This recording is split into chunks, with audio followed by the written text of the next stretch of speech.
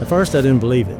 When I heard the word cancer, it was like you were in a dream. My wife had told me what the doctor said, and it was nothing we expected.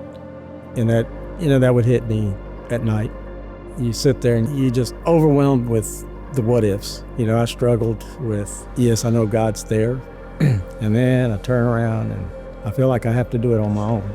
And that bothers me because here I'm saying, I trust God, I believe in, everything. And then I turn around and then the doubt comes in, I think that's what I struggle with most. It's just leaving it up to God.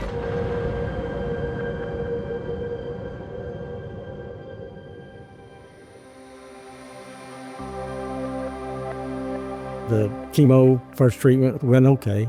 Felt tired afterwards. No, I thought this wasn't too bad. But then second treatment got a little worse. After I got to the end of the treatment, I started with muscle just tightened up, froze up where I couldn't move, and very cold.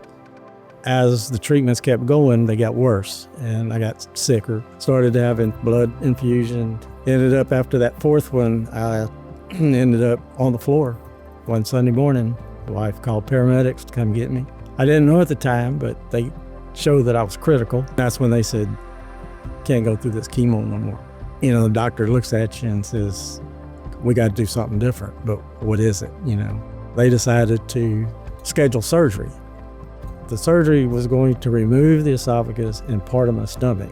There was that question of chemo was taking a toll out of me. What would the surgery do? Surgeon wanted a clearance from cardiology. And then that's when another problem started. Stress test showed there was blockage. So cardiologist wanted a heart cath done. It was going to prolong the surgery because everything was going to depend now on the heart. The storm, I called it, was just getting worse. I said, only God's going to get me through it, because it was like there was dead ends everywhere. I had the church praying, friends, my D group praying. Right before the heart cath, and I received a prayer on the phone. Basically stated that I would see a change, that I would be healed. It was like right after that prayer, the doctor said, your heart is fine. The blood is flowing like it's supposed to. They did another scope, did another PET scan. At that time, the scope showed the tumor was completely gone.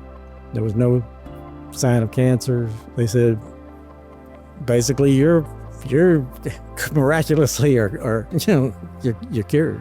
I only leave it to one thing. God came in and took over.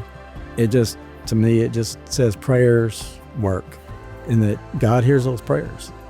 That's my hope, is that people do realize that God is there.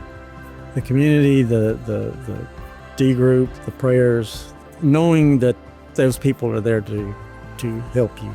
It was one of the things that keeps you going, knowing that your friends and others care of what you're going through.